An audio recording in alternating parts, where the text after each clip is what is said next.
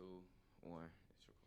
Alrighty, and welcome to Inside the Lines. I am your host, Vance Turson, and to my right is Jalen Douglas. How you doing, Rit? How you doing, buddy? I'm good, man. Happy to be here with you. Thank you. Alrighty, and this is for our senior Sems. This is Inside the Lines. This is my co-host for the day. Hope to do more of these in the future. Yes, What I would like to touch on is some of the draft craziness that happened.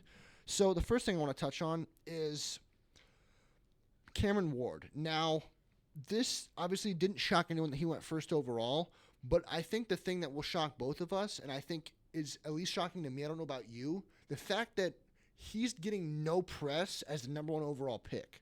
Is that shocking to you? I 100% agree. Like you said, it's not a shock that he did go number one. That was in not. my opinion, he was the best quarterback in this year's draft as far as numbers and as far as his team. Like, he played for the Miami. They didn't really have a defensive squad, so the teams, when they did win, it was outscoring, and even the games that they lost, it was close, and he kept it close. It was he didn't really have a defense. Yes. And he took that Miami team to a whole nother level that they haven't been on for a minute. But I do agree that the social media and stuff like that, he's not getting enough press for being the number one pick. Then he also, if you haven't seen, he got the number one jersey unretired, so he can so he can wear it. And that's big. Like, that's something I think should be posted a lot, honestly. But yeah, I agree. With this is probably the only number one pick that I've seen not get as much. Like zero press. Yeah, like zero press. Honestly, it's been around all the other players and the other stories that happened in this draft. If it was you, now, again, have you played football? Yeah. Okay. Played my whole life. So if this was you, because I never played football, but I've been around the game enough to know certain things fuel certain people.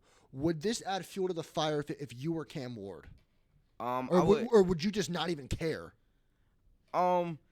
Personally, I probably wouldn't care. But like you said, it would probably, like, I wouldn't care, but it would fuel fire. Like, I wouldn't probably go out and say things like about it, like, oh, I'm not getting enough press for being the number one pick. But it would fuel the fire because it's like, I am the number one pick, and it's for a reason, obviously. So you expect a certain level of view on you because it's the NFL draft.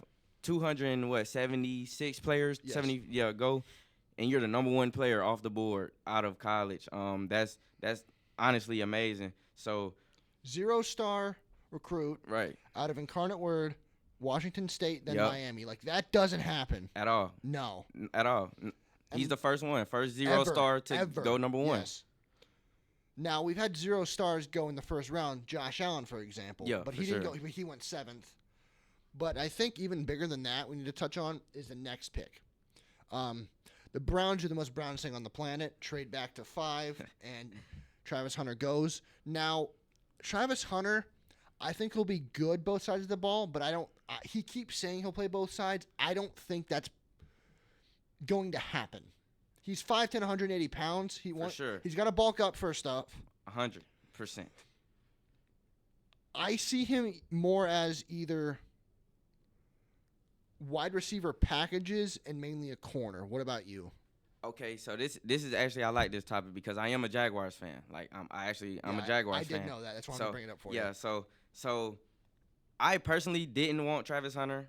Like, I wouldn't mind of us staying at the 5. I wanted Will Campbell or the Patriots kid. Yeah, I wanted him or to get some protection for Trevor Lawrence, obviously, and then I wanted either him or the McMillan kid from Arizona, the receiver, to pair up. Ted McMillan, to pair up with Brian Thomas on the outside. I would have loved that. But I'm not mad at our pick with Travis Hunter. Like, I still think it's a good pick.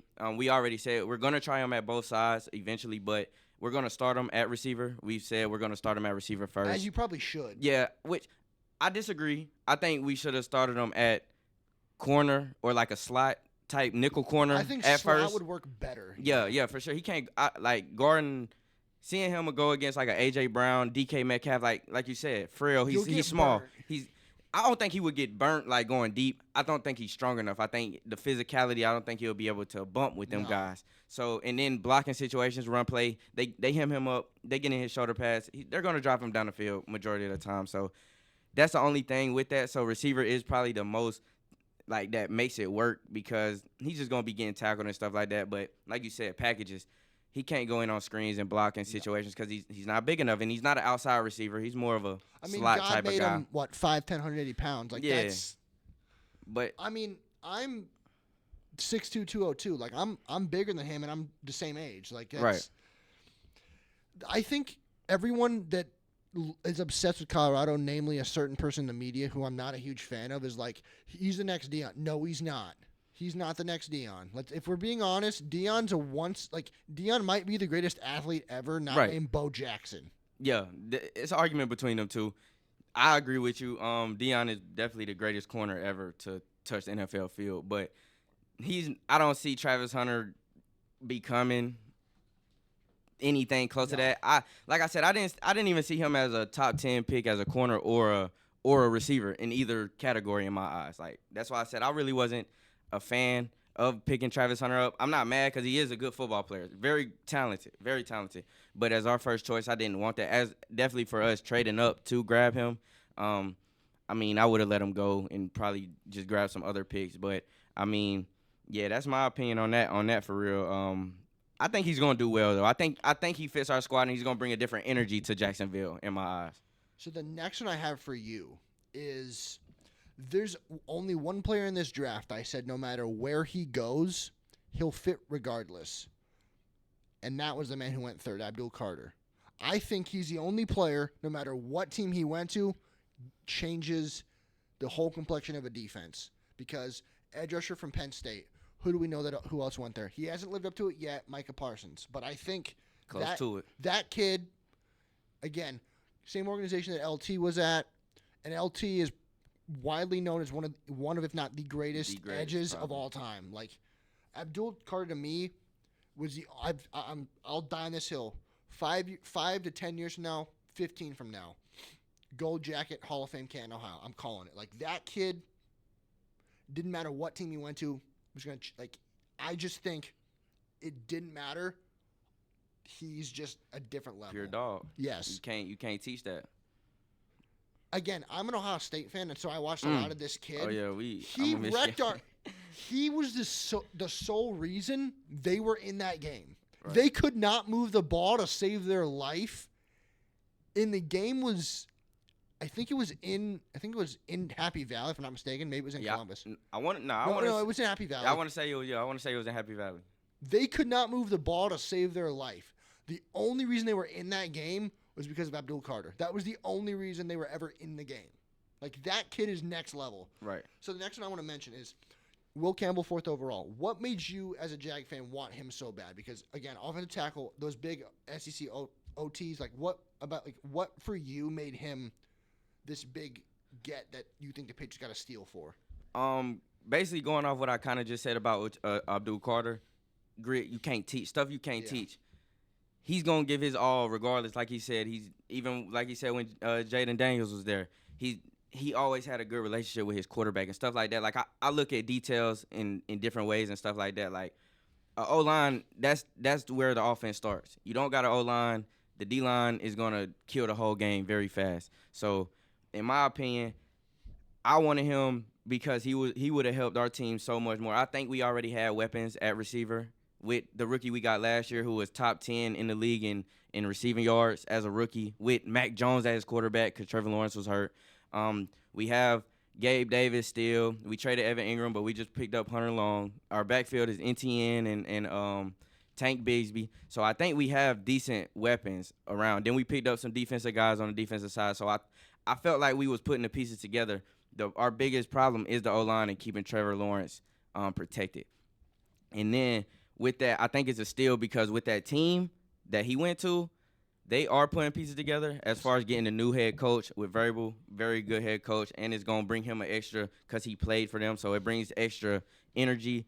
Plus, Drake May had a great rookie year in my opinion. Obviously, he didn't have too much with him with his team, but I think brought Diggs in. Yeah, brought Diggs in. That was a great pickup. I'm trying to say they picked up a running back. I can't remember who it was off the top. They drafted Travion Henderson from Yeah, Ohio State. yeah, that's who I was talking about. Yeah, I can't remember who it was, but yeah, and I like that fits that team. It does. Very perfect. Like, now you can throw, because with Trayvon Henderson you can throw screens. He's a great catcher out the backfield. Very very gifted He's a runner. younger McCaffrey. Yeah, in a way, I can agree with that. So yeah, that's I think with the Will Campbell statement, I think it's a steal because you don't come across O linemen that often that really care about like how they play as a whole. Did you see his interview? Yeah, I He's will like, die. He's like, I will die defending Drake. I'm like, that is a guy I want on my team. That's my point. Yeah, That's no, somebody 100%. you don't come across O linemen like that too often. So yeah, that's kind Now, of. speaking of running backs, as you mentioned one. Now, there was a lot of talk about the Raiders and what they were going to do at 6 with the whole Shedeur Sanders and what they should do, what they shouldn't do. Ashton Genty. I thought this kid should have won the Heisman, and I was kind of alone on that. Agree. No, not alone. I agree. I got called out by a friend of mine who I know pretty well, called me crazy for that. I said Genty should have won the Heisman. No, I'm 100 with you. And I think this kid, him and Cam Scatterboo was overlooked in my opinion. That kid almost beat Texas by himself, if we're being honest. They lost the game. It's the Sun Devils. ASU lost the game in the playoffs. It was 39-31. Scatterboo damn near won the game by himself. Yeah, and he had almost like 100 receive, 100 rushing. Yeah, 100, like, almost 300 like 300 rushing, 100. Like it was so yeah, it was stupid. crazy. But I think Genty. The one thing that with the Raiders, as much as I like the pick, that wasn't their biggest need. It really was. They needed an O-line. I think I agree and disagree with you at the same time. The Raiders team is turning around. That's another team like the Patriots that I think are going to have a big turnaround with bringing a new coach in as Pete Carroll. But Pete Carroll also brought in guys that he's comfortable with, at Geno being his quarterback. So that's a big step. And then you don't come across running backs like Ashton Genty too often. No. Like what he did was, like you said, Heisman worthy. Like I didn't think, even though Travis, don't get me wrong, what Travis did this year was Heisman worthy too. We've never seen a two-way player like do what he did, because we've seen two-way players in college. Absolutely. But what he did on Maine, both like playing almost all snaps of every game when he does play, that's not natural as a player or as a football player. But seeing a running back that takes over teams, and then not even just that, Boise State. We haven't seen Boise State at the top. Where would they be without him? At that level, yes. We haven't seen Boise State at that top in a good amount of years. I look at the Heisman thing, and not to get off topic, but I kind of look at the Heisman like this. Where would that team be without that player? Like a most valuable player type kind of award. Like, why did Josh Allen win MVP? Lamar's stats were better. No one's disputing that. Josh Allen won MVP because he did more with less. He was more valuable to his team because he lost Diggs, he lost Davis, and he was still amazing. Lamar added Henry, added other receivers, and Josh beat him. So he did more with less. That's, in my opinion, value. He did more with less. To me, that's why I think Ashton Genty deserved Heisman. He did. What would Boise State be if he was not there? Yeah, Are they a playoff team? No chance. Not a chance. Not a chance. I agree with you 100% with the Boise State statement and Ashton Genty, but with the other one, I'm not sure with the Josh Allen and Ravens, because I can't say that, because in my opinion, yeah, they picked up Derrick Henry, but before that, Lamar had nothing still. Like, his receiving core always has never been. He's never had a real receiver core. Yeah, Zay Jones is their best receiver, but I mean, it's his third year in the Hollywood, Bateman. You can't bring them up. Those are not. Again, that's not. Hollywood had a resurrection with the Chiefs, though, so it wasn't. But that's with the Chiefs. I'm talking about with Lamar and stuff, like what he's had on his teams as a receiving core, not as what he had. Based on that, though, he picked up OBJ. So, like, I do think this, though, and this is a fair point. His tight ends is his best receiver. Yes, this is my point. As much as people get mad about Josh Allen winning MVP last year, you could have flipped it. In my opinion, Josh should have won it 2 years ago. Lamar should have won it this past year. See, I agree with that. Because, like I said, I did disagree with you on him winning it this year. Like, I did think Lamar should have got it this year. Like, I was one of them where I thought Lamar should have got it this year based off his play. But like you said, the 3 years ago, or whatever, I did think Josh Allen was supposed to. Lamar won his second. Yeah, that should have been. I thought Josh Allen should have got it that year, because he was like, that was the year where he really he really exploded as a player. Got fourth. Like what? Yeah, nah. it don't make sense. I mean, but that lets you know the NFL and the politics in it, and Yes. certain stuff like that. So Now, the next one about politics is I want to ask you because as someone who's more into football, okay, we kind of have to touch on it. There was this whole big debate about who the second quarterback would be, whether it was Dart or Shedeur. Now, you and I were talking pre-stream about fit.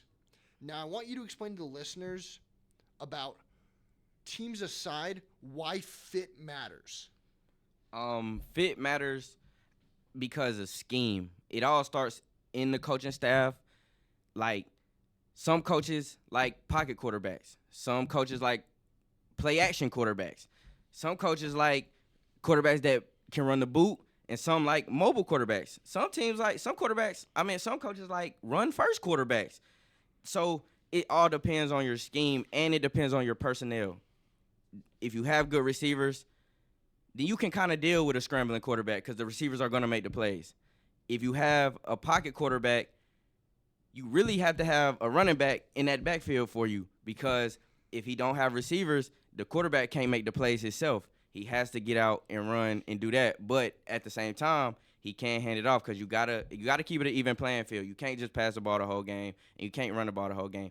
Some teams, like I said, it come with scheme. Some teams are air raid scheme. Some teams are power teams, spread teams. You got all different type of teams. So quarterback matters because of scheme. And your coach has a certain scheme. Each coach has a certain scheme. Why you think Pat Mahomes plays so good with Andy Reid? I said Andy Reid. Andy Reid. Yeah, Andy Reid. It's his scheme. Andy Reid's been a good coach with all the quarterbacks he's had. Pat Mahomes has a certain talent that Andy Reid is fantastic at scheming up. So Now, I would say yes. it's more scheme. Now, because the reason I'm touching on that is because we were both, and we're probably going to be in the minority here, and we're okay with that. For sure. But the reason I mentioned this is I wanted him to mention scheme is because of the fact that we both agree that Jackson Dart, do you think he was the second best quarterback in this draft? I personally do. Or do you think Shedeur was better than him? I do think Shedeur was better than him as a quarterback, but I do think he is third. Like, it's not a Dylan Gabriel or the other guys that was in the draft. It's literally Cam Ward. So who's Shedeur. your second best after Cam? It is Shedeur. Shedeur. I would have said Shedeur as a quarterback. But scheme fit, Jackson fits the Giants better. For a fact. I 100% agree with that. So the reason I wanted him to mention scheme is because the Giants moved up from, I forget where it was, to 25, and they drafted Jackson Dart at 25. Now, the reason that he and I agree that Jackson Dart fits the Giants at 25 is for a couple reasons. Jackson Dart, while his numbers were not as good, I think, well, one, the SEC has something to do with that. You're playing elite defenses. You're playing Bama, Georgia, Texas, or best conference in college football. One of them for sure. But it's arguably the best conference. And then the other thing I would say is Brian Daboll in an interview a couple weeks ago. He wants to find his next Josh Allen because for those that don't know, Brian Daboll was an offensive coordinator for Buffalo from 2018 to 2021. And he knows, and we both know Josh Allen. I think you and I both agree, 1 foot in Canton right now. Yeah. I've told people, and I've seen this on people, like even people have said this, get Josh Allen's measurements and just keep those on file because we're talking Hall of Fame in 10 years for Josh Allen. For a fact. There's no doubt about First ballot. that. Yes. Jackson Dart is a shorter Josh Allen. Big arm like him, can move like him. But I think the reason that I'm hesitant with the Giants is not because of anything that he did wrong. It's because this year you have Russ, you have Jameis, and you have Jackson. Yeah. If for some reason Joe Shane and Brian Daboll get fired, the Giants may look a different direction, and they might, they might keep Daboll, and they probably should because his offensive mind his scheming is ridiculous and otherworldly, right? Right. But here's my problem. And I don't think Jackson Dart should start week 1. I really don't. I think you have Russ. Russ should start week 1, and he probably is going to. Yes, he should. Now, Jackson's not going to sit, but I think he should sit for maybe a full year, but he's not going to. Yeah, He should, though. In my opinion, he should, but he's not going to. Now, the reason I don't think they can afford to is because if they're bad by like mid-October, there are going to be a lot of people clamoring to see number 2 out there. For a We fact. both know that. For a fact. I agree, 100%. If Russ, pardon my language, shits the bed, and it might happen, they're going to It's be possible. We want to see the kid you guys drafted. Let's see what he's got. Yeah. People are going to want that, and I can't blame them. I really can't. Yeah. I can't blame them for saying, you moved up to get this kid. Show us what he's got. Yeah. You made the moves. You made the moves. Stick with it. I would agree with you with that. Then it's not even that. Like you said, if Russ does come out in quotation shit the bed, you got to put the quarterback in that you drafted. Like you have to. But in my eyes it would be fine because Russ has all of us that watch football know Russ is a great person. Like no doubt about it. Forget football. Russ is a great person. So Russ will be a great veteran for Jackson Dart to learn under and go ahead and keep him and keep learning more and more and more. And I think that would be very good for Jackson Dart as a rookie. Then as a rookie getting experience in your first year, getting those nerves out in those first game jitters and stuff like that and that pressure, because it don't matter who he's playing week 1. They could be playing anybody. He's going to be nervous. He's going to have nerves. It's NFL. It's not college. It's a different ball game.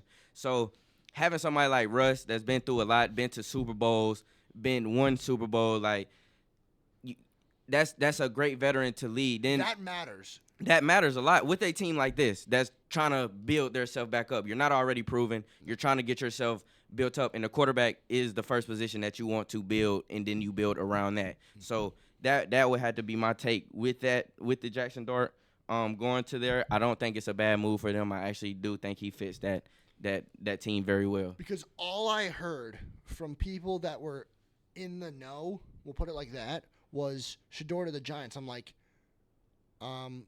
Shedeur's accurate, don't get me wrong. But outside of the LSU receiver, what do they have? Like, Shedeur can't move as well as Jackson, and he can move, but if you need a mobile quarterback, I don't like saying this because I like Shedeur. Jackson is more mobile. There's like for a fact. They're like 100% agree. People, I'm not even making this up. This is like not getting off topic here. People have legitimately called me the R word. For that. Have literally called me the racist word because I said Jackson Dart is more mobile. Like, well, he's what? People that, just for kind of context, my favorite athlete of all time is black. So that racist thing is out the window. My favorite athlete of all time is Derek Jeter. So do with that what you guys will. I agree. I would, to piggyback off that. Like I said, I did think Shedeur was a better quarterback. Mobility wise, Jackson Dart is definitely way more mobile than Jackson Dart. I mean, Jackson Dart is way more mobile than Shedeur. Excuse me. Shedeur, I think, is a better pocket quarterback than him and has a better arm. Honestly, like accurate arm, like putting ball Jackson in placement. Has the bigger arm. Yeah, Jackson has the bigger arm, but sometimes as a quarterback that don't matter because if you're driving down the field, that doesn't help sometimes. So yeah, I looked at 17 with Buffalo. But that don't mean that he doesn't have a good arm. Obviously, he's a quarterback and like you said, playing in the SEC, so he's had the competition of high level. But when you come to the NFL, it's a little different. Team scheme against you a little different. So if they know he's a bomber, they're gonna try to make him throw it in windows. They're gonna try to make him put it in the windows. And I think Shedeur is a better quarterback at putting balls in the windows than Jackson Dart as a pure quarterback. But that's a good point too. But like I said, with this pick specifically going to the Giants, I do think it was the better choice for them to go with Jackson Dart instead of Shedeur. Yes. Now, the next thing I want you to touch on, and I want you to start with this one, is we see kind of this whole debate around whether or not Shedeur is. We're just going to jump into it. Right? Yeah. First round talent. Now, because we see this every year, there are teams. There's only 30 teams in the NFL. We all know this. Mm-hmm. But there's teams that need a quarterback and there's teams that want a quarterback. I would say there was 8 teams that want a quarterback, 4 teams that needed a quarterback. So to call him a first rounder, while I don't think you're crazy for saying that, but the Browns were never going to take him. Do you mind me asking you a question real quick? Go ahead. What are the 4 teams that you think needed a quarterback Giants, and the 4 teams that could have just grabbed one? Giants, Browns, honestly, Steelers, New Orleans. That's the needed. That's needed a quarterback. Agreed. I'll throw another one in there because I don't know how good it'll be, and I know they drafted him in the first round last year. Vikings, because we haven't seen JJ. Agreed. But my 4 were New Orleans, Pittsburgh, Cleveland, Giants. And I think the Giants got their guy. I think New Orleans got their guy. I don't know. They Tyler picked up, Shuck. from Louisville. Yeah. Yep, I seen that. Steelers may have got their guy. We don't Will know. Howard, Will yeah. Howard, yep. So we can say all we want that Shedeur's a first-round talent. But if you don't need a quarterback, why would you take – like, people can say all they want, well, Shedeur's a first-round talent. Well, if your team doesn't need a quarterback, you're not going to take him. So you can say all you want about this innuendo about, well, it was Dion, it was this, it was that. If you don't need a quarterback, why would you even – like, unless he's Peyton Manning good, because there's a certain sports reporter, I'm not going to give a name of him, but did you remember how, like, did you see, like, Shedeur's, like, legendary thing? Yeah. And they sent you the hats? There's a certain sports reporter, I'm not going to give his name, but he was doing a breakdown about all the hats that Shedeur had, right? He had 20 hats. There was 4 of them I kind of laughed at that he got sent to him. Buffalo was one. The Chargers were one. Your team was one, and my team was one. I'm like, my team's about to pay Brock Purdy a lot of money, as they should. 2 NFC championships and a Super Bowl appearance. Your team already paid your guy a lot of money. Yeah, for sure. Justin Herbert's not going anywhere. Nah. Josh Allen's an MVP, Not and he's going made anywhere. 3 AFC championships. He's not going anywhere. So, right there, he's not going to any of those teams. And this particular sports reporter was like, he's like, I would bail on any of those guys for Shedeur. I'm like, you are out of your mind. If you think Buffalo are bailing on Josh Allen for Shedeur Sanders, you are out of your mind. Yeah, that's a wild statement. That's a wild statement. I'll tell you who it is off stream. Got you. But he said that, and I was like, he said on record right now, I'm quoting what he said, on record right now, he will be better than Josh Allen in his entire career. I'm like, you are out of your mind. The only one that I could probably agree with is Justin Herbert. And that's not a bad take. That's the only one that I could minorly agree with, Yes. because don't get me wrong, No Justin playoff Herbert success. Justin Herbert been a great quarterback, but he has not been great in the playoffs and has not won anything past the regular season, honestly. Yes. So when you can't get over that hump, sometimes you Yes. got to try something new to get over that hump. So that would be the only one. But the rest of those, what you said, you said the Your Bills, team, the San Fran, and Jacksonville. he's Yeah, like, I'll take Shedeur over Brock. I'm like, what? I don't know. I ain't gonna lie. I think Brock only's been good. Brock has had. Don't get me wrong. Quarterback is one of if on offense the most important position on the team. But when you have a good crew around you, you can't be mad. Y'all arguably, because you said that's your team, okay? So y'all arguably had 2 number 1 receivers at one point in the year. That Ayuk could have been a number 1 receiver in any other organization. And I've literally pushed for Debo to be out 2 years ago. His numbers have gone down. A lot. Every year. Agree. I agree. I didn't like, but at that time, I'm talking about at that time, Debo was one of the top in the league, and he was doing a lot for y'all as far as rushing and receiving. So and then I think we got McCaffrey, and it kind of like had this whole that's I think that's what messed it up for Debo. Like, he was used to doing a lot other stuff because y'all had Mostert, which I like him. I like Mostert, but he's not like a bona fide just running back that's gonna get you everything. So putting Debo back there was versatile. Like, Debo was versatile. But then bringing McCaffrey in, obviously top 5 NFL running back in the league right now, healthy, obviously. But why would we need Debo to get the ball in the backfield anymore? We don't. That changed the whole thing. And I think the whole San Fran organization went down in kind of that little instance. And I think the thing with Brock, though, you know football better than I do, but I watch every Niner game. Brock and Shedeur are similar. Brock is so accurate. Nah, Brock definitely is accurate. He can put it in a shoebox, and he can throw downfield when he needs to. But he's not like gonna blow you away like Josh Allen and Justin with arm strength. Like, he's not gonna do that. Definitely not. He can, but he doesn't. He's not gonna throw you an 80-yard bomb. Yeah, it's not happening. Yeah.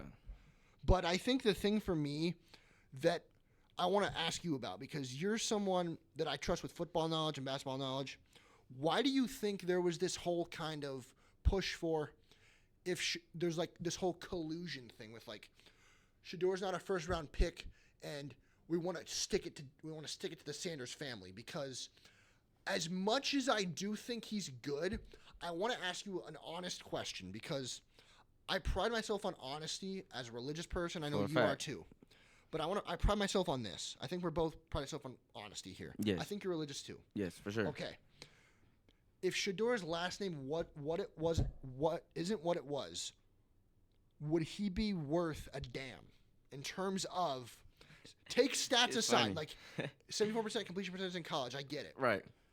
1-8 versus ranked teams. Nebraska Right. made him look bad. Right. 13-12. Right. I get, like, I got you. come at me all you want with all the stats. I can refute them all. I got you. But if his last name was Jones and it wasn't Sanders, he would be a 5th round pick. Yo. So where is this? What do you think made people so mad that he wasn't a 1st round pick? Do you think they're like what from your perspective? I'm gonna give you a comparison on kind of like, just to kind of like piece it together. Yeah. Same with Bronny James. His dad is LeBron. If Bronny wasn't LeBron's son, he would have never got drafted in that draft as a one and done. I think anybody knows that. As a one and done, he only averaged like 6 points in college as a freshman. It's not a lot of freshmen that go to the league after averaging 6 points and 2 assists and 3 rebounds. Like, that's not good stats. So my point with that is, Shedeur, his dad, like you said, one of the greatest athletes of all time, if not the greatest athlete of all time. So Absolutely. That name brings pressure and light to the team, or not to the team, to him himself. And dealing with that, and obviously we know prime time. It's prime time. He loves the glamour, loves the cameras. Like, it's who he is. They don't shy away from it. Yeah, they don't shy away from it at all. So it's who they are. And with that being said, I think it really held a negative impact. I really think that's what made him go down even more further than what he might have would have went. Something you just said right there is something people don't want to admit. Deion hurt him more than he helped Yeah, him. But people don't want to admit that, though. I am one of the top Colorado haters. I was one of them because I didn't like how they got boasted of what they was doing. And like you said, never won nothing to me. Like, they was at Jackson State. Obviously, they was at Jackson State at first, did that. But that's don't get me wrong. The level of football is definitely different. D1 is D1 football, though. Everybody's on scholarship. Yes. Everybody are different. But obviously, when you get to that SEC, Big 10, and Big 12, like that level, it's a way different ball game. Way different ball game. And then, not get it wrong, they won the one championship at Jackson State. Then the next year, they lost it to North Carolina Central. That's not a win. That's a loss in the championship in that conference, in the MAC. So that's not really big. Then you come to the Big 12, I'm pretty sure. But they wasn't in the Big 12 before that. Yeah. Yeah, first. Yeah, so then they come in and go 4-8 or 4-7, one of those. 4-8, yeah. Terrible. That's nothing. That's not. Nobody's good. getting recognized. No one considers Nobody's that good. getting recognized for going 4-8. No. Not a soul. Then this year, come to this year, 9-4. 9-4. But you go to a bowl game and get whooped, and you still. It's not even that. It's the way they talk about it. Like, oh, we're gonna be one of the greatest teams. We're gonna be great. We're gonna be great. We're gonna be great. We're gonna go to the playoffs. We're gonna show y'all we're gonna do this, and you don't do it. You haven't done it yet. So you only get 4 years in college, 5, 6 if you go to extra years and do your whatever. So, but obviously Shedeur and them boys are trying to go to the league, so they was gonna do their 4-3 and go ahead and get up out of there. With that brought nothing to them. Their career wasn't anything. Like, if you ask me, the only one that, like, with the jersey retirement, the only one that should have got a jersey retired was Travis, in my opinion. Cordell should have had his retired. I don't think Shedeur should have had his number retired. I think Cordell Travis Stewart should have his number retired. Yeah.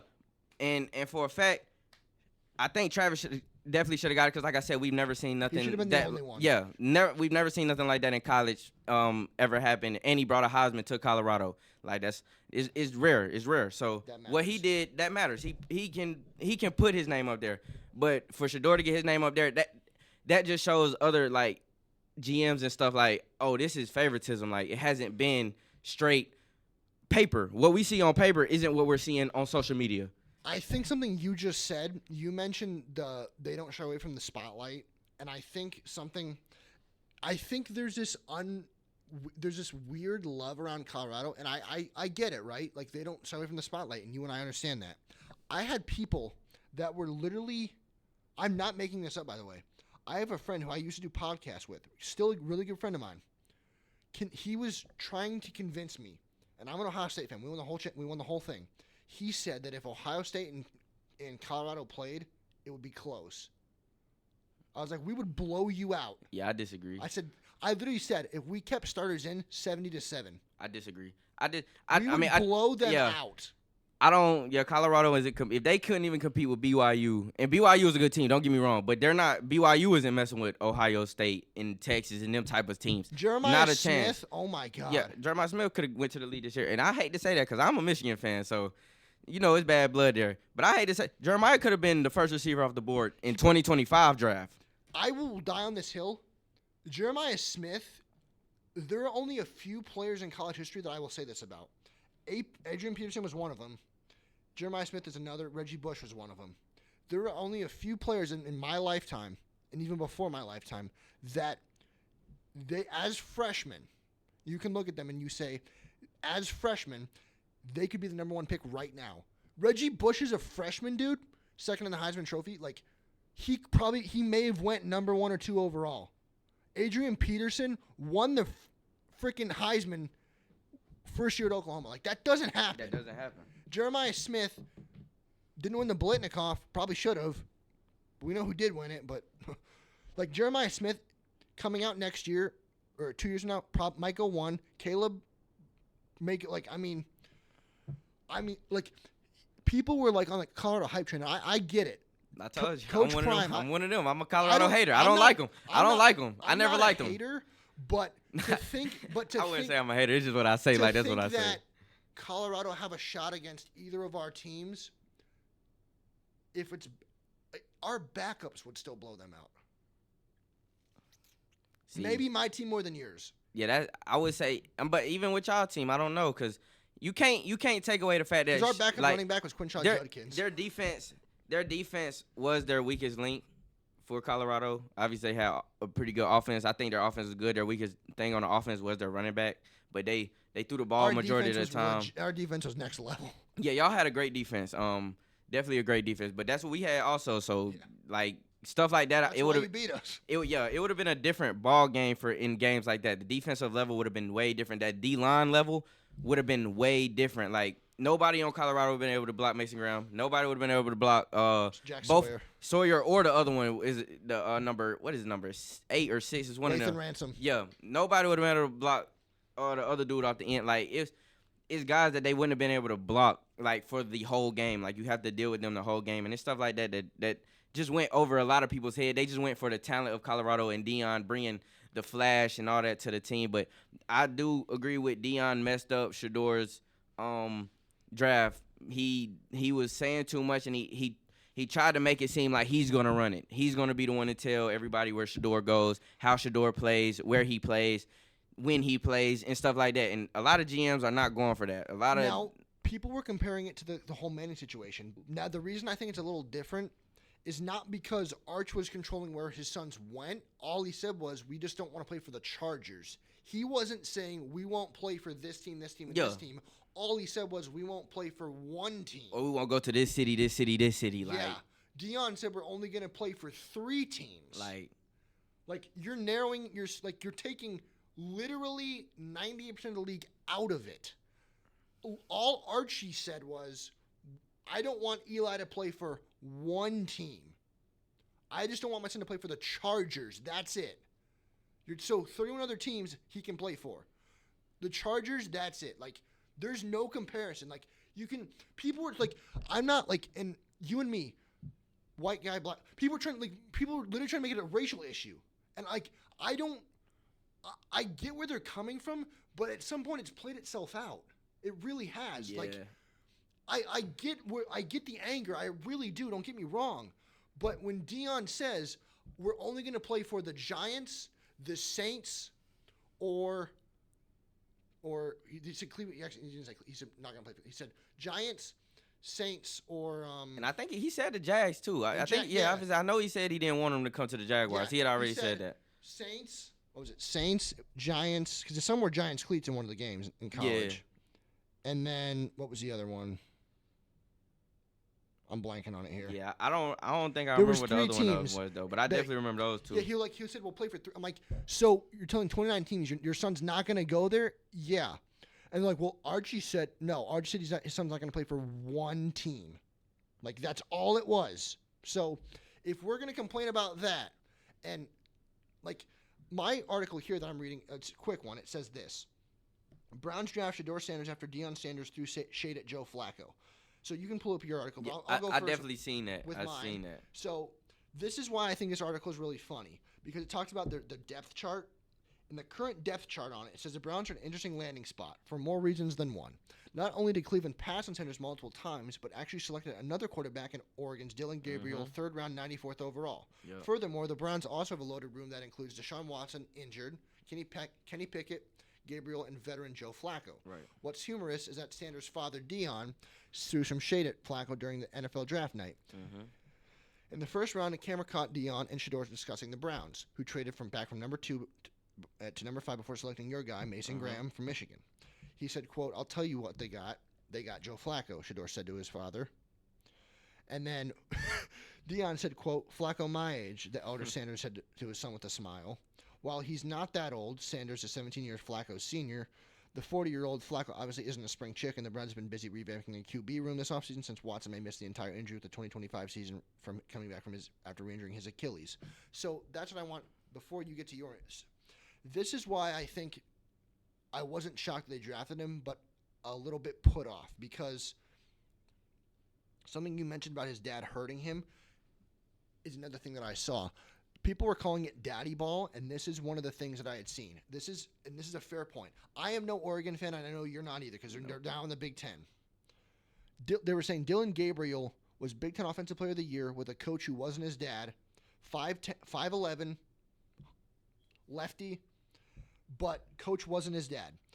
But they were, and this is a fair point to the person who wrote this point. They said, but Colorado, Shedeur Sanders would only play because his dad was the head coach at Jackson State in Colorado.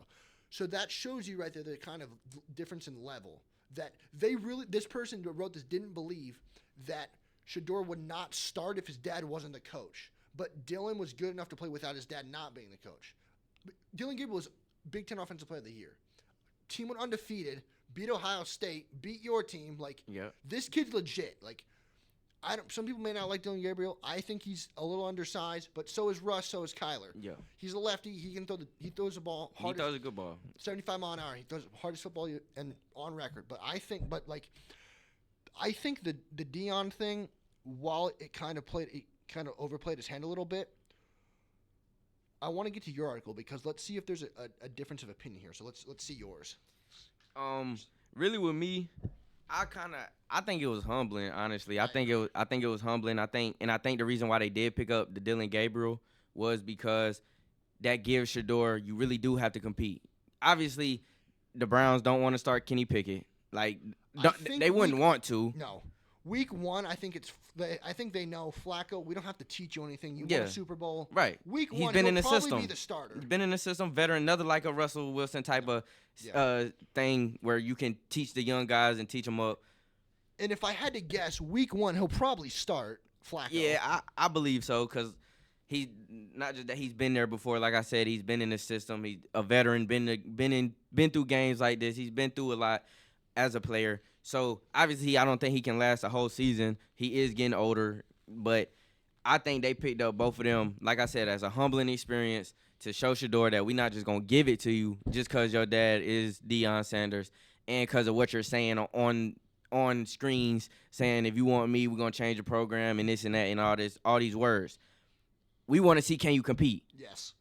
Your dad's been, like you said, don't get me wrong, though, Shedeur a great quarterback. I think he could have went to a lot of D1 schools and still started, regardless of his dad being the quarterback. Being the coach.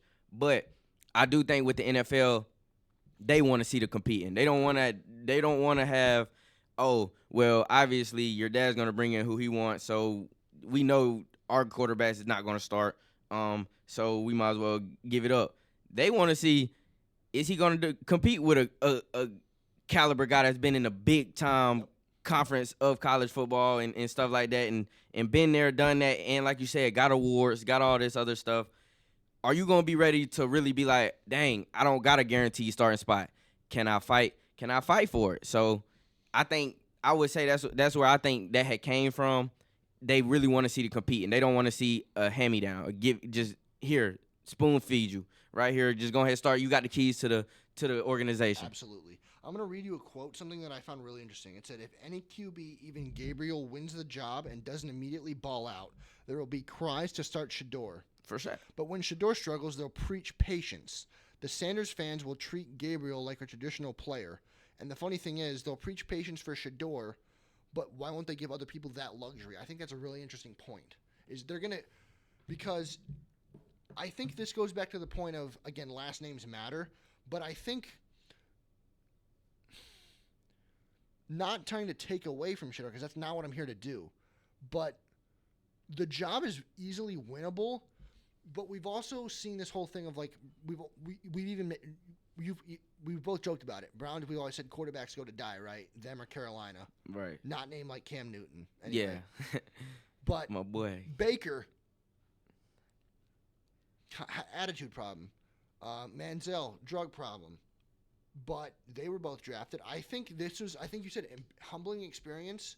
And I think the biggest thing about it was him going to Cleveland goes to show. And I think I don't know if you agree with me on this, but this is kind of what I took from it. You're not bigger than the NFL. Yeah, I definitely agree. But I think the biggest, more than that, is this is a test. If you can make it in Cleveland, you can make it anywhere. And I think maybe that's what they were going for.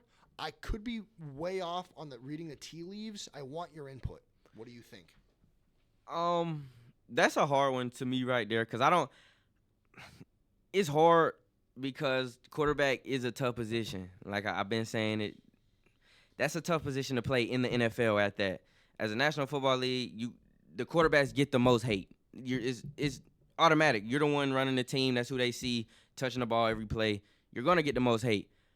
So for Shedeur, I really think it's less pressure now in a way, because you're coming in, you already get to go ahead and compete. So you ain't got to worry about automatically starting and just having it on your shoulders. You already got to compete for the spot. So if you get the spot, it's not just handed to you. You already competed for it. Then when you come in, you're not with the greatest team. So if you at least get them above 500 or close to it, I think in Cleveland fans' point of view, that you would have had a good season. So I want to ask you, let's get to your, before we get my next question, let's see your article on ESPN. I don't really have an article, honestly. Oh. I just really looking off the draft thing. Yeah, I'm doing the same thing. So my question I have for you is, what are your, keyword here, realistic expectations for when he starts? Not for what week, but when he starts, what are your realistic expectations, like numbers-wise? Okay, it depends. Teams, who they're playing. Let's look at their schedule. Okay. I'll pull that up for you. Gotcha. But yeah, still going off of that. Harder teams, like if they play the Ravens, he's not going to have the best game. I think he can hold his own. He might throw pick. Like, I don't see Shedeur as being a bad quarterback. Then plus, as far as NFL pocket quarterbacks usually are the most successful, honestly, and have the longer longevity in the NFL. For instance, Tom Brady. So this is in no particular order. This is just in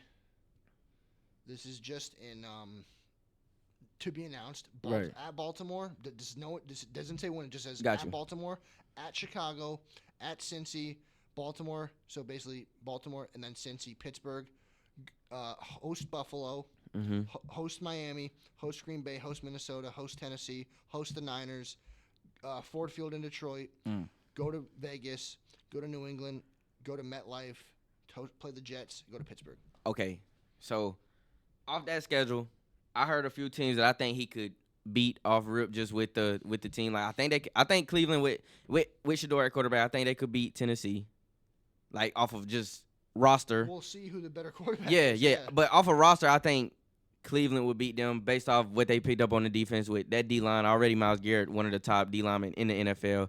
Adding Mason Graham to that interior, now you can't just double team Myles Garrett the whole time. You're going to have to mess around and double team Mason Graham, messing with your center every play, just punching your center. Because you have to double team one of them. You got to get one of them, unless you go heavy package and you bring the extra tight ends, but that messes up scheme. That's going into scheme again. So I think with Shedeur, his defense is gonna help him out way more than he probably thinks.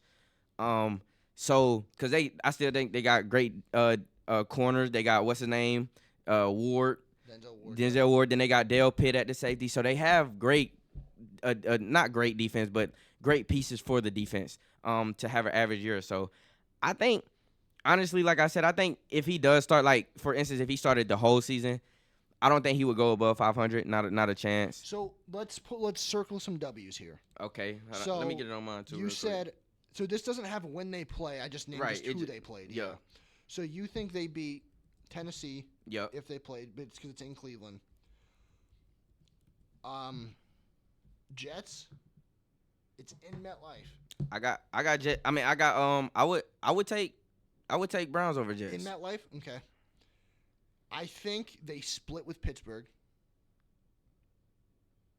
I don't know. I can see. No, I think I can see that. I can see that. At New England.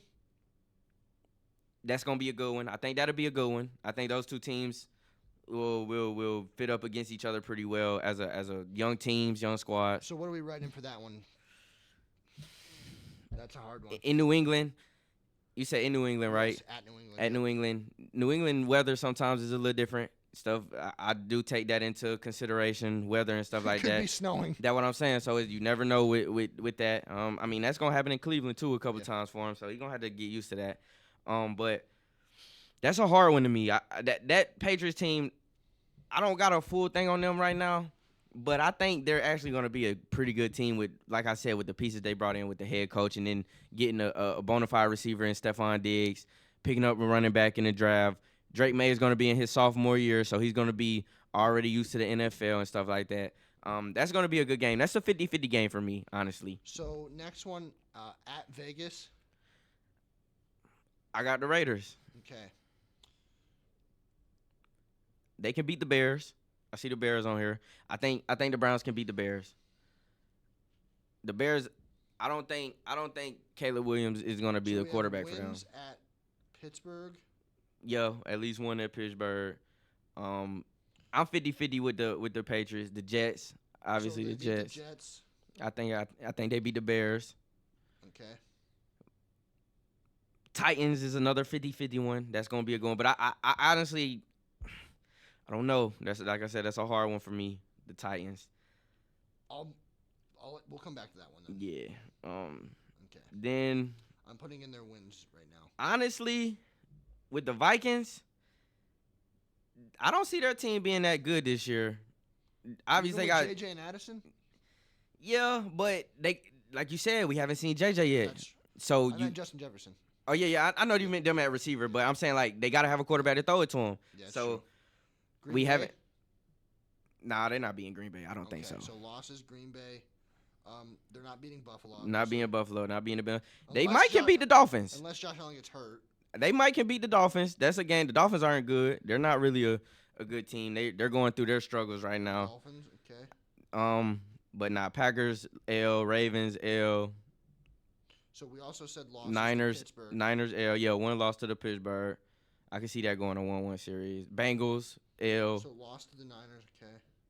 They lose to the Bengals. They lose to the Lions. Did they lose both to the Bengals or just one? They probably lose both to the Bengals. I would guess. He can't compete with Joey B and Jamar Chase and the boys and T. Higgins if they're healthy. Not a chance. Baltimore both? Yeah. Baltimore clean sweep them boys. Unless, like you said, injuries happen, so you never know who gets hurt. Like, this is just obviously prediction. And then Tennessee is the one we're struggling with at the moment. Yeah, that's a hard one to me. That's a hard one. What about Detroit? I think Detroit. At Detroit. Detroit handles them pretty easy. So, final decision. Do they beat Tennessee in Cleveland or don't they? In Cleveland. In Cleveland, yep. I think I'm gonna go. It's up to you. I think I'm gonna go. I think I'll probably go Tennessee. Honestly, I think when I look at it, I think Tennessee will probably do that. Yeah, I think Tennessee will handle that. We have them going. Let me look here. Matter of fact, give me the switch. No, I think Browns can beat them. I think Browns got a better roster than. I think Browns will beat them. Honestly, I think the better quarterback will be. I think the defense is gonna play a bigger I factor. agree. Tennessee don't have a fantastic defense when, like I just said, the Browns actually have a decent defense. So the Browns, in best case scenario right now, not barring injury, 6-11, not barring injury, because I think there's some you look at some of these, and there's just some duds. Now you guys are gonna laugh at me, but he and I would even agree they're not even in Cleveland, and they beat them last year. And I was at this last game. They beat the Niners because we missed a field goal. They're not gonna beat the Niners because I feel like we're revamping the team. You're not beating Buffalo, so that's there's some of these that are just does, but I think you said it Cincy, no. But I do think the one thing with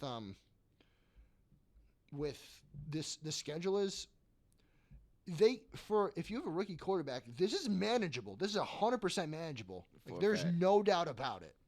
Now, if you had there's no KC, so I'm gonna deal with that. There's no I'm blanking. There's no Philly. There's no LA Ram. It's manageable. yeah, I think the scary one for me is if he has to play against the Niners, Buffalo, or the Baltimore defenses. yeah, Those scare me for him. I think those are the ones I was looking at probably the most. Those defenses are disgusting. Those defenses are those are. Or Hutch for Detroit.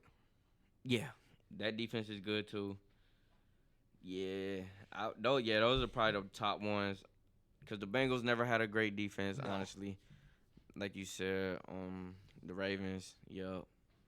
Buffalo's offense is going to score some points. Buffalo's going to get them a fight. Buffalo always had a decent defense too. They always played well as a unit. And 17 will be out there, so yeah. Good Lord. And they got the Bosa brother. Yeah. So that's extra for them on that D line. Because Von Miller's gone, yeah. Yep. I think the other thing I wanted to ask you was, what was your underrated pick of the draft? I know you. I would honestly. I felt like Tyler Shaw was probably the most underrated. Thank you. I'm not the only one. Okay. I think people were going off of those bad clips that they seen and didn't really watch the film. He's an older guy. Yeah. That helps, in my opinion. Bo Nix. And you see how Bo Nix had a great year this year with the Broncos. Took them to the playoffs. So I think that helps as far as being ready and physically ready as a grown man going into the NFL where you're playing guys that are 32, 33, not 17 or not 18 to 22 to 24 no more. You're playing guys that, like I said, 26 to 28 to 30 to 32. Like, those are grown men that you have to go against. It's a different level of football. Then, like I said, if you watch the film, you don't really – he played for Louisville, obviously, but his stature is great. He's 6'5", 219. Those are usually the ideal quarterbacks. But I think he's the most underrated in this draft. I think people are underestimating what he's really going to do as a quarterback on that team. I can't wait to see him play. But, yeah, that would probably have to be my take on the most underrated pickup in the draft. I agree with you. Now, my thing is, this might shock you, and you might disagree, and that's completely fine. Mm-hmm. I think he's the most NFL ready of all the quarterbacks, even more than Cam, because he's been in college so long. And he's been hurt a lot, but he's seen it all. Think about it. With NIL now, you can essentially be cut and traded. So he's experienced what that is like, in a way. Cam hasn't experienced that. Cam has left two places. He didn't get cut. He left. Yeah. Tyler Shuck has literally been cut and, traded in a way. It's really weird. Now, there's one other thing that I wanted to ask you. Do you think, and I'm trying to ask in a way that I don't want to be called out for, but I want to ask it honestly because I pride myself on that. Yeah, for sure. Why do you think people maybe play with Shedeur, maybe play the race card? Why do you feel that is? Like, yeah, the prank calls were wrong. Like, we're not even gonna get into that. Yeah, Like, for that sure. makes No, my blood. That makes my blood that boil. yeah, that messes up a huge moment for Shedeur. And then not even that. If I was somebody, I was sitting down and I'm waiting on a draft call, and I get a call and this prank call, and like that would ruin my whole day. Then you add on that he didn't get drafted in those days, like it hurt. Like that's very personal. Yeah, I would have to agree, but you can continue with that. Because there was a thing that everyone was saying, like, oh, it was only Shedeur. Like, no, Tyler Warren got one too, and then last year Cooper DeJean got a prank call too. So like, yeah. it's I not remember just Baker got one. yeah. So like, there's this whole thing about, they were saying like, if Shedeur was white, he's a first rounder. It's like, why do we have to bring like, why do you think there's this whole thing of people wanting to bring race into it? As someone, Honestly, I wanted to ask you because I can speak on it, but I don't think I'll do it as much justice. I'm with you. I'm 100. I'm 100 too. Like I don't sugarcoat stuff. I keep it real because you gotta take stuff for face value. That's just the world today, with social media, Absolutely. with how everything is already set up in a way. Like even not just with football, with basketball, food. It don't matter. Like anything is always gonna be that split card. Then with his family, $1 million family, that's gonna come with hate, obviously.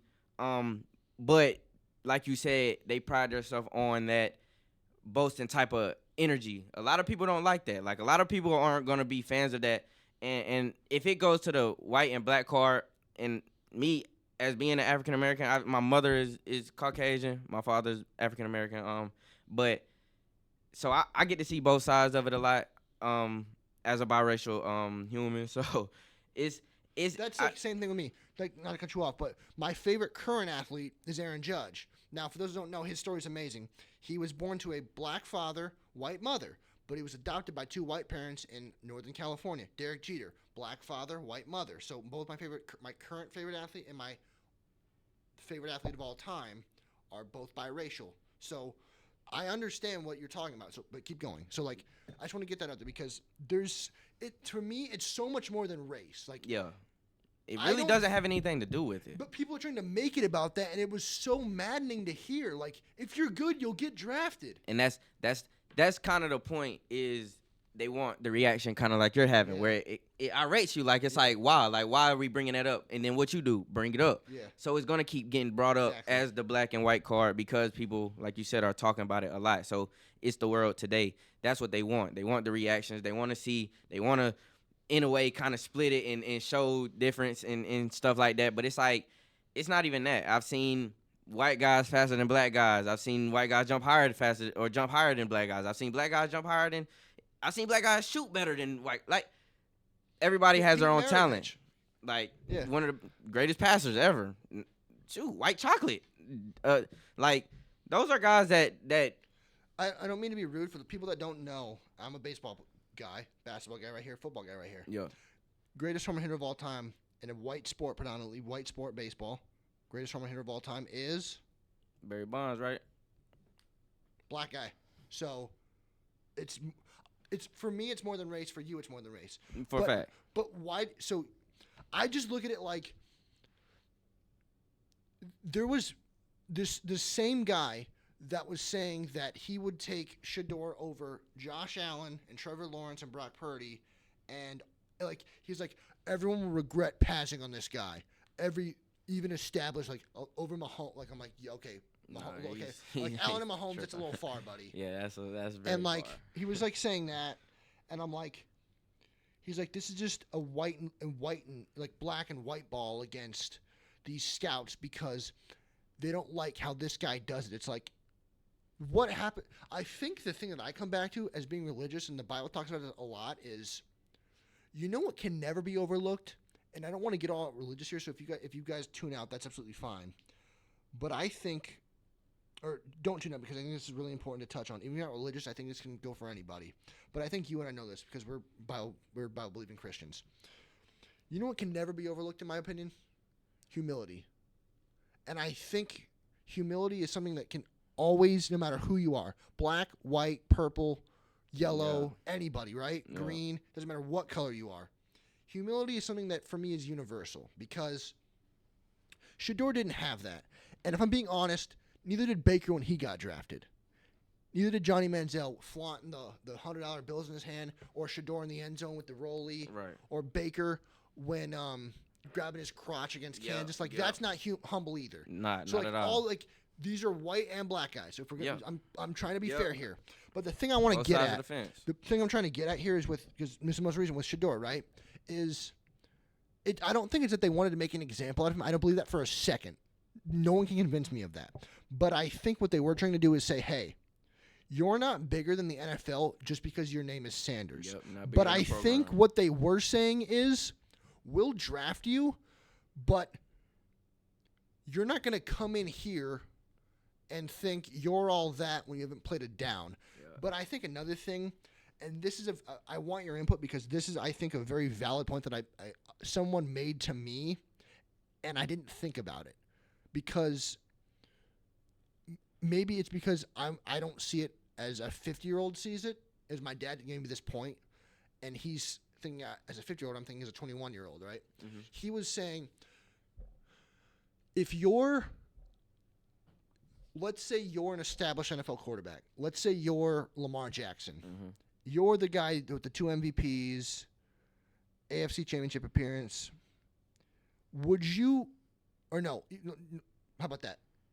You're not Lamar. You're Josh Allen. You don't like to be seen by the media's not your thing, right? Right. Your even your engagement was quiet. Mm-hmm. Barely anyone knew about that. You got an MVP, 3 AFC Championship appearances. Like you're just quiet to yourself guy. And then this kid gets drafted by you, who's pretend he's in Buffalo, right? He comes in. Wouldn't it be a little bit weird if they talk more about the backup than you, the starter, and you're the one with all the accomplishments? How would that look? But I want you to think about that honestly. I don't want to I'm not trying to cause a stir with anyone. I'm just I'm asking honestly.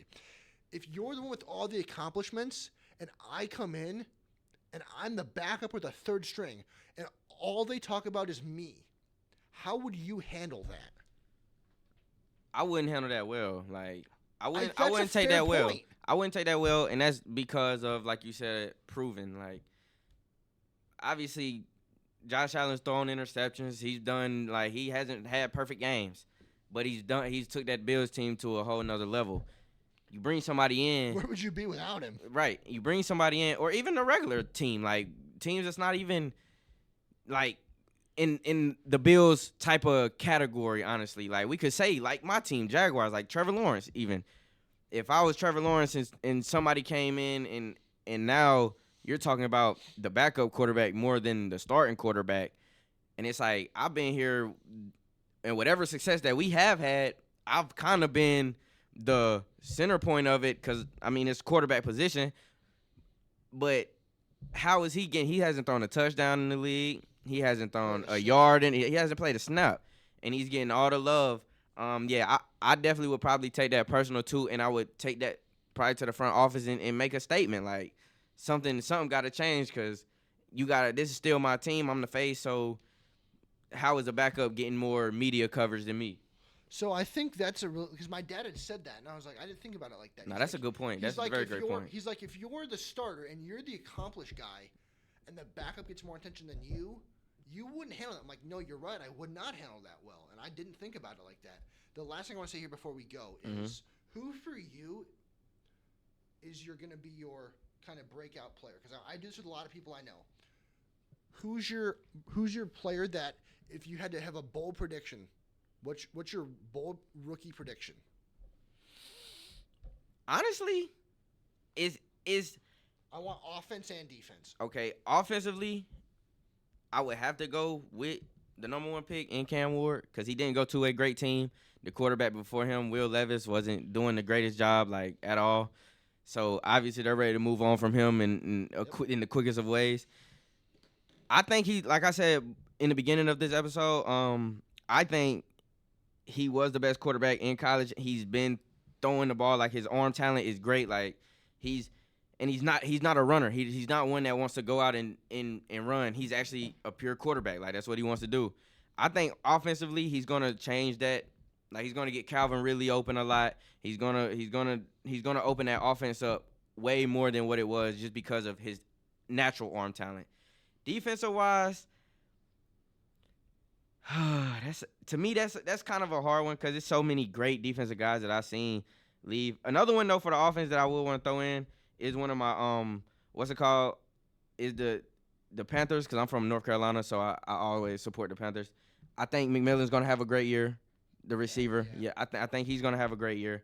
For the defensive side, honestly, I would have to go. Yeah, that's a hard one. But I think a low key that I would say is the Malachi Starks from Ravens. That's a really good one. I think him. That's a really good one. I think him and I'm having a brain. 14 for the Ravens. The Hamilton, Kyle Hamilton. Yeah. Them two back there is gonna be that's gonna be a problem. That's gonna be a problem. Cause even though he's gonna be a rookie, he played at Georgia, one of the top colleges for football right now. And he had fantastic years there. I think he's gonna probably play the biggest role with that defense, and because their box, we already know about their box. They have a great box. Now their DBs, to me, Kyle Hamilton might be the best safety in the league. He's to up me, there. like it's arguably with me. PS2's up there. Yeah. But PS2 corner. So we're talking about more of safety, in my opinion. Jair. Is he more of a Jair's corner. But you could say Derwin James. Derwin James, great. He's one of the top safeties in the league. But yeah, I would have to go on the defensive side with Malachi Starks on the defense. Okay. So I'll go. For me, I think Abdul. I don't know if he'll be defensive rookie of the year, but I think I'll put it like this. I don't know if he'll win defensive rookie of the year. I think he'll lead all rookies in sacks. I like him and Thibodeau on that D line. I saw something the other day that I think was really interesting. The Giants are so eager to get rid of him. Do you know he has more sacks the last 3 years than T.J. Watt? He's a problem. But they want to get rid of him. Like they're like his attitude, but it's losing. He don't want to lose no more. I get that. But they're like, well, he hasn't lived up to the hype. I'm like, he has more sacks than T.J. Watt. So what hype has he lived up to? Yeah. Now what hype are you looking at? My second one is I'm struggling. And this is why I'm struggling. My offensive rookie of the year. Do I go Cam or Jackson? Because how many games do you have to play to be eligible for offensive rookie of the year? Do you know? I'm not sure. I don't know if they I don't know the limit in the you have NFL. To start the season? Yeah, I'm not sure with the NFL. Because I know the NBA, they got a different. It's like you got to play at least 64 games to be award eligible. But for the NFL, I'm not sure. Okay, then I'll change mine. Ashton Genty. I like that. Offensive Rookie of the Year. I like that. So, I want your guys' opinions in the comments about the whole Shedeur Sanders situation. Thank you, Jalen. For sure. And this has been Inside the Lines with Vance Turson. Peace.